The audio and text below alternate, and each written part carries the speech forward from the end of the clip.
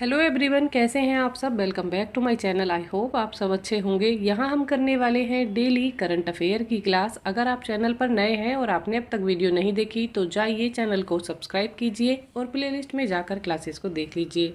अगर आप किसी भी एग्जाम की तैयारी कर रहे हैं जिसमें करंट अफेयर्स के क्वेश्चन पूछे जाते हैं तो ये क्लासेस आपके लिए काफ़ी हेल्पफुल रहने वाली हैं। यहाँ हम करते हैं देश दुनिया के बेहतरीन प्रश्नों के साथ करंट अफेयर की क्लास। तो चलिए शुरू करते हैं आज की क्लास। क्वेश्चन नंबर 1 में दिया है, कट्टू पुबम कुरिनला एक दुर्लभ वृक्ष प्रजाति है, हाल ही में भारत के किस क्षेत्र में फिर से खोजी गई। तो ये प्रजाति हाल ही में भारत के किस क्षेत्र में फिर से खोजी गई है, क्या नाम है इसका। एक बार फिर से इसको पढ़ लेते हैं। कट्टू पुबम कुरिनला इसका नाम है। Right answer option number A हो जाएगा, पश्चिमी घाट।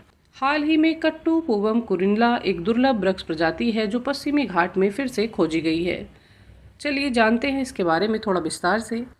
शोधकर्ताओं ने पश्चिमी घाट के बागामोन पहाड़ियों में गैर संरक्षित क्षेत्र में 140 वर्षों के बाद एक दुर्लभ वृक्ष प्रजाति उनियाला मल्टीब्रेक्टिटा को फिर से खोजा है। स्थानीय रूप से कुट्टू पुबम कुरिनला के रूप में इसको जाना जाता है। तो स्थानीय रूप में इसको किस नाम से जानते हैं, कुट्टू पुबम कुरिनला के नाम से इसको जाना जाता है। यह उनियाला जीन्स से संबंधित है जिसका नाम प्रसिद्ध टैक्सोनोमिस्ट बीपी उनियाल के नाम पर रखा गया। 2 से 5 मीटर ऊंचे इस छोटे पेड़ या बड़े झाड़ी में कपास जैसे बालों वाली पत्तियां और अक्टूबर से जनवरी तक खिलने वाले खूबसूरत फूल होते हैं। कैसा दिखता है ये पौधा, तो कपास जैसी बालियां इस पर आती हैं, पत्तियां होती हैं और साथ ही अक्टूबर से जनवरी तक खिलने वाले खूबसूरत फूलों से ये भरा होता है। तो इसकी ऊंचाई कितनी है, इसकी ऊंचाई है 2 से 5 मीटर। इस क्वेश्चन का राइट आंसर हो जाएगा पश्चिमी घाट। चलिए देख लेते हैं क्वेश्चन नंबर 2। क्वेश्चन नंबर 2 में दिया है, हाल ही में संयुक्त राष्ट्र फोरम ऑन फॉरेस्ट्स का 19वां सत्र कहां पर आयोजित किया गया। यूएनएफएफ का 19वां सत्र कहां पर आयोजित हुआ, ये बताना है। Right answer option number B हो जाएगा, न्यूयॉर्क। हाल ही में संयुक्त राष्ट्र फोरम ऑन फॉरेस्ट्स का 19वां सत्र न्यूयॉर्क में आयोजित किया गया। चलिए जानते हैं इसको। वनों पर 19वां संयुक्त राष्ट्र फोरम हाल ही में न्यूयॉर्क में आयोजित किया गया है जिसका उद्देश्य वैश्विक वन प्रबंधन, संरक्षण और स्थिरता को बढ़ावा देना है। इकोसोस के तहत 2000 में ये स्थापित किया गया। इसमें संयुक्त राष्ट्र के सभी सदस्य देश और विशेष एजेंसियां शामिल हैं जिसमें भारत एक संस्थापक सदस्य है। न्यूयॉर्क में स्थित यह इकोसोस के माध्यम से महासभा को रिपोर्ट करता है। इसका उद्देश्य वन मुद्दों के प्रति दीर्घकालिक राजनीतिक प्रतिबद्धता को मजबूत करना है, साथ ही उनके सतत विकास को भी बढ़ावा देना है। साथ ही इसका उद्देश्य क्या होता है, वनों के जो मुद्दे होते हैं उनकी लिए दीर्घकालिक राजनीतिक प्रतिबद्धता को मजबूत किया जाए और उनके विकास को सतत रूप में आगे बढ़ाया जाए। यहाँ बात की जाती है वनों के विकास की। इस क्वेश्चन का राइट आंसर हो जाएगा न्यूयॉर्क। चलिए देख लेते हैं question number next. Question number 3 में दिया है, हाल ही में भारत ने किस देश के साथ राजनयिक पासपोर्ट के लिए वीजा छूट समझौते पर हस्ताक्षर किए हैं।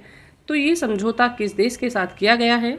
Right answer option number D हो जाएगा, मोल्दोवा। हाल ही में मोल्दोवा के साथ राजनयिक पासपोर्ट के लिए वीजा छूट समझौते पर हस्ताक्षर किए गए हैं।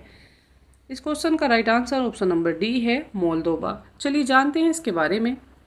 भारत और मोल्दोवा ने राजनयिक और आधिकारिक पासपोर्ट धारकों के लिए वीजा मुक्त यात्रा की अनुमति देने वाला एक समझौता किया है। इस समझौते का उद्देश्य 20 मार्च 1992 से स्थापित द्विपक्षीय संबंधों को मजबूत करना है। तो इस समझौता पहला वाला जो था वो कब हुआ था, वो 20 मार्च 1992 में किया गया था और उसी को आगे बढ़ाने के लिए दोबारा से एक समझौता किया गया है। इस क्वेश्चन का राइट आंसर हो जाएगा, मोल्दोवा। चलिए देखते हैं क्वेश्चन नंबर 4। क्वेश्चन नंबर 4 में दिया है, हाल ही में खबरों में देखी गई कावासाकी बीमारी क्या है। क्या है ये कावासाकी बीमारी और किससे संबंध रखती है। Right answer option number A हो जाएगा, एक दुर्लभ हृदय रोग। कावासाकी बीमारी एक दुर्लभ हृदय रोग है। चलिए इसके बारे में थोड़ा विस्तार से जान लेंगे। कावासाकी रोग से पीड़ित 2 बच्चियों का कोयम्बटूर मेडिकल कॉलेज और अस्पताल में सफलतापूर्वक इलाज किया गया।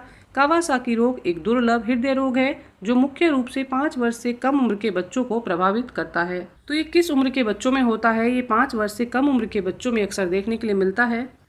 चलिए इसके कुछ लक्षण भी जान लेते हैं। इसमें तेज बुखार आता है और रक्त वाहिकाओं में सूजन आ जाती है। यह बच्चों में हृदय रोग का एक महत्वपूर्ण कारण है जो कोरोनरी ध्वनियों को लक्षित करता है।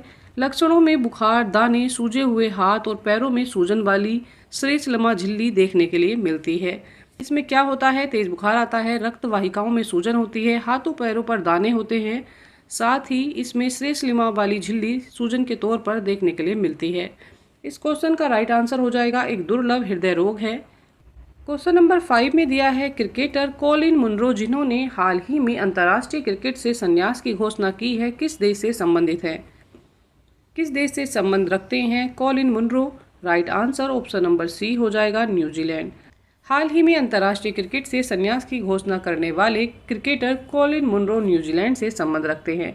चलिए जानते हैं इनके बारे में। न्यूजीलैंड के अनुभवी क्रिकेटर कॉलिन मुनरो ने ब्लैक कैप्स के साथ 123 मैचों के करियर के बाद अंतर्राष्ट्रीय क्रिकेट से संन्यास ले लिया है। वह आखिरी बार 2020 में न्यूजीलैंड के लिए खेले थे, तो अंतिम मैच उन्होंने 2020 में खेला और उन्होंने कुल 123 मैच खेले। इसके साथ उन्होंने संन्यास ले लिया है अंतर्राष्ट्रीय क्रिकेट से। इस क्वेश्चन का राइट आंसर हो जाएगा न्यूजीलैंड। इसी के साथ आज की करंट अफेयर की क्लास यहाँ कंप्लीट होती है। आई होप ये क्लास आपके लिए काफ़ी हेल्पफुल रहने वाली है। अच्छी तैयारी के लिए साथ में बने रहिएगा। चैनल को लाइक शेयर एंड सब्सक्राइब कीजिएगा।